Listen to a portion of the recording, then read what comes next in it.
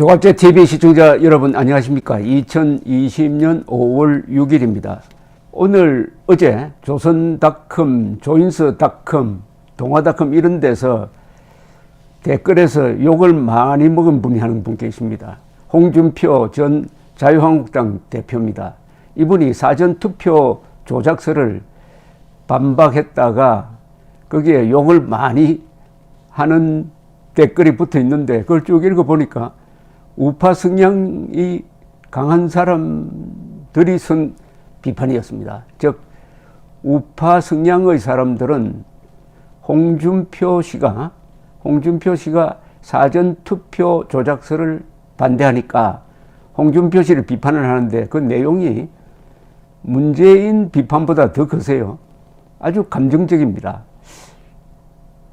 이게 보통 이 전쟁을 할 때 내전을 하면 많이 죽습니다. 지금 시리아처럼 외국과 외국이 싸우면은 그렇게 많이 죽지 않아요. 왜냐하면은 휴전을 하면은 금방 또 철수하고 하니까. 근데 내전은 한번 딱 들어가 버리면은 이게 끝내기가 어렵습니다. 지금 시리아 내전은 똑같은 시리아 사람, 똑같은 이슬람 믿는 사람들끼리 2011년부터 지금 9년째 싸우고 있습니다. 얼마나 죽었느냐? 50만 명이 죽었습니다. 인구 2천만에 50만 명 죽었어요. 한 300만 명 이상이 해외로 탈출을 했습니다. 친한 사람들끼리 싸우면은 이렇게 치열해집니다. 그러니까 보수끼리 싸우면은 치열해지고 보수와 좌파의 대결보다 더 치열해집니다. 그러니까 내부 총질은 안 하는 게 좋은데 이 사전투표서를 주장하는 사람들이 뭔가 가슴에 맺힌 게 있는 것 같습니다. 통합당이 이길 줄 알았더니 졌다든지 뭐 하여튼 거기에 불을 지른 게 공병호류의 사전투표 조작설인데 홍준표 씨나 정규재 그리고 김진, 김영광, 문갑식 이 기자 출신들이 그럴 리가 없다라고 해도 이렇게 거센 반응이 나옵니다. 거센 반응. 이 홍준표 대표가 쓴 이 페이스북, 어제 올린 페이스북은 이런 내용입니다. 김정은 사망설에 가장 흥분하고 거짓 기사를 퍼나르고 생산하던 일부 유튜버들이 단 한마디 사과도 없이 또 부정선거 여부에 올인하고 있습니다. 그러나 부정선거 여부는 인천 민경욱 의원이 투표한 보전 신청을 하고 재검표를 요구하고 있으니 수작업으로 재검표해 보면 바로 드러납니다. 지금의 어느 시대인데 자유당 시절처럼 통째로 조작 투표를 하고 투표한 바꿔치기를 할 수가 있겠습니까? 2012년 12월 노무현 대선을 마치고 전자개표기 조작으로 부정개표를 했다는 설이 난무하여 당을 대표해서 제가 서울 북부 법원에 투표한 보전 신청을 하고 재검표를 해본 일이 있었습니다. 재검표 해보니 오히려 이회창 후보 표가 2표 줄고 노무현 후보 표가 3표 더 많은 것으로 확인한 바 있었습니다. 이론상으로는 부정 전자개표가 가능하지만 실제로 그런 일이 있을 수 있는지 지금도 의문이 갑니다. 차분히 인천 민경욱 의원의 수작업 개표를 지켜보고 부정선거 여부를 판단해도 늦지 않습니다. 지금 섣부르게 단정하고 흥분할 일은 아닙니다. 아주 점잖게 썼어요. 정면으로 사전투표는 말도 안 된다 이렇게도 안 하고요. 부정 여부라고 했습니다. 여부라고 했습니다. 다만 유황스러워서는 있을 수 없다라는 취지인데 이 정도 비판도 이 사전투표 부정설을 신봉하는 분들에게는 기분이 나쁜가 봐요. 그런데 이 시계를 거꾸로 돌려가지고 2003년 1월 27일로 한번 가보겠습니다. 2003년, 지금으로부터 벌써 17년이 지났네요. 2002년에 약 50만 표 차이로 이회창 후보가 졌어요. 그때부터 이회창 팬들이 컴퓨터 부정이 있었다 해가지고 재검표를 한 결과가 1월 27일에 나옵니다. 당시에 중앙일보 기사는 이렇게 시작됩니다. 지난해 12월 19일의 대선 결과가 뒤집힐지도 모른다는 한나라당의 기대는 물거품이 됐다. 27일 한나라당의 당선 무효 소송에 따라 전국 80개 개표구 1104만 9,311장의 투표지를 재검표한 결과 뒤집어진 표는 0.01%에도 미치지 못했다. 대선에서 패배한 정당의 요구로 재검표가 이루어진 것은 헌정사상 처음이라고 하면서 재검표 대상이 전체 투표지 2,470만 여장 중 44.6%에 해당하였다고 했습니다. 아주 대규모 재검표를 했다는 이야기입니다. 중앙일보는 한나라당은 선거 결과 불복이라는 오점을 남기게 되었다. 더구나 전자개표 과정에서의 해킹 가능성을 들어 조작 혐의까지 주장했으나 아무런 흔적도 발견하지 못했다고 보도했습니다. 요사이 주장되는 바하고 똑같죠. 이 재검표로 6억 8천만 원을 한나라당이 부담을 했습니다. 한나라당 쪽에서는 이회창 전 총재의 극렬 팬들의 격렬한 요구를 이기지 못하고 마지못해 이런 결과를 예상하고 했는데 결국은 어떻게 됐냐. 아까 홍준표 씨의 기억과는 조금 다릅니다.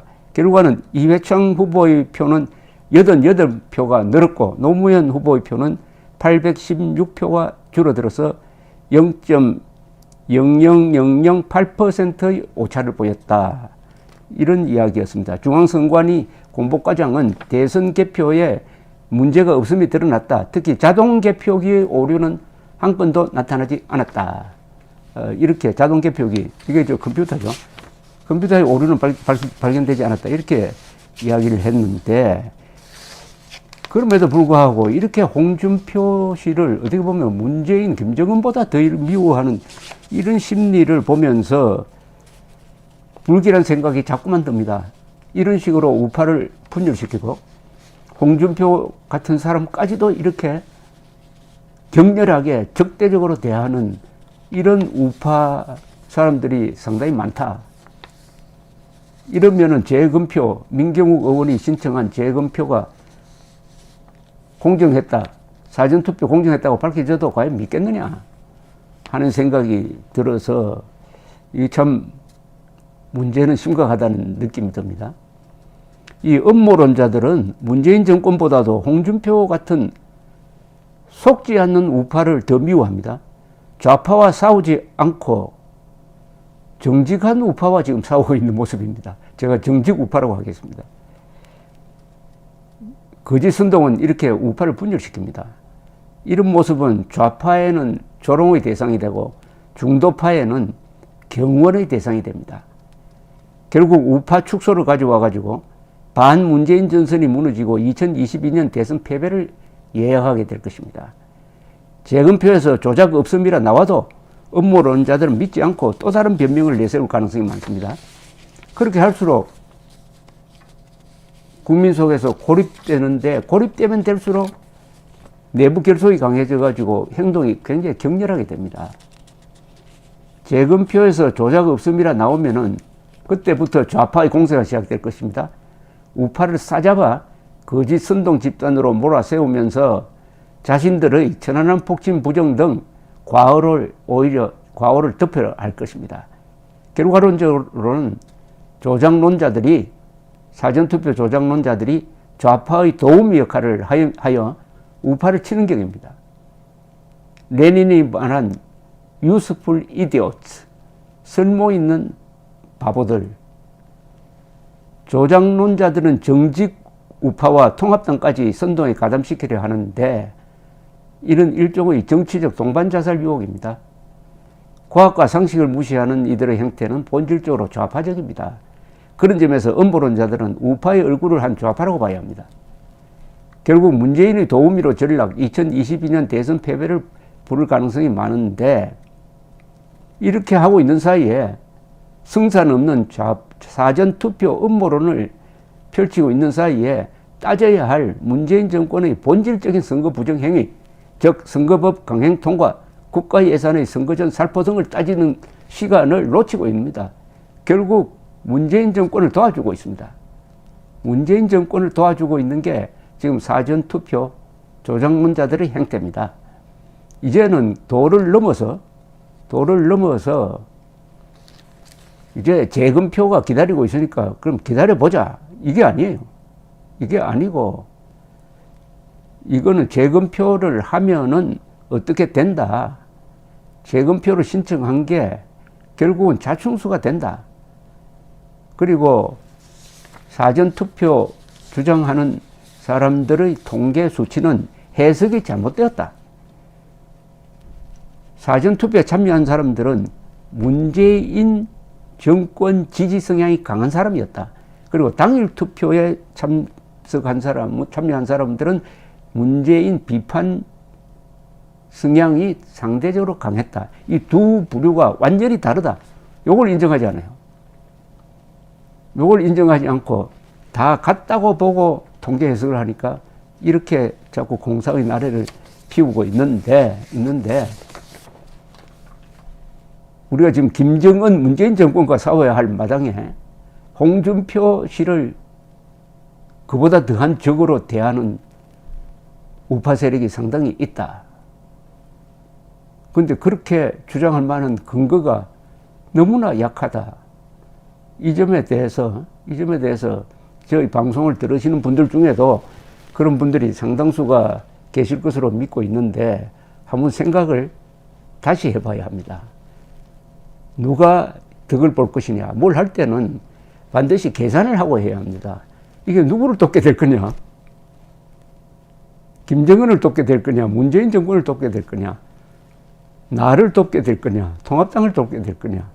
이런 계산 없이 감정대로 질주하다가는 자신도 다치고 우파도 다치고 대한민국도 다치게 되죠. 선례가 있지 않습니까? 작년에 광주 사태 때 600명의 북한군이 들어왔다. 그 중에는 황장엽도 있다. 이런 주장을 하는 사람을 당시에 자유한국당이 국회로 데리고 와가지고 강연회 했다가 광주 사람들이 들고 일어나고 언론이 들고 일어나고 하면서 낭패해가지고 결국 사과하고 한 적이 있었습니다. 그때도 꼭 따지려면은 허무맹랑한 광주 사태에 북한군이 600명 들어왔다는 그런 미신 말고 국방부가 역사를 조작한 거, 헬기 사격이 없었는데도 송영무 국방장관의 지시에 의해서 헬기 사격이 있었다고 역사를 조작한 거, 그것을 따졌어야죠. 제가 여러 번 이야기했습니다. 헬기 사격이 없었는데 있었다고 함으로써 국군을 살인 집단으로 모은 이 역사 조작, 이걸 따지면 승산이 있지만은 북한군 600명서를 잡고 늘어지면은 언젠가는 저쪽으로부터 당한다. 저 예언이 맞았습니다. 그런데도 요새 만나면은 섭섭하다고 하는 사람들이 많아요. 왜 600명설에 가담하지 않았느냐. 아마 한 몇 달만 지나면은 오늘 제가 여러분들에게 하고 있는 이 이야기가 옳았구나. 그때 저를 욕했던 사람들이 좀 미안하게 생각하는 그런 날이 반드시 오게 되어 있습니다. 어쨌든 진실은 양보할 수 없습니다. 생각은 자유입니다. 그러나 사실은 신성한 겁니다. 감사합니다.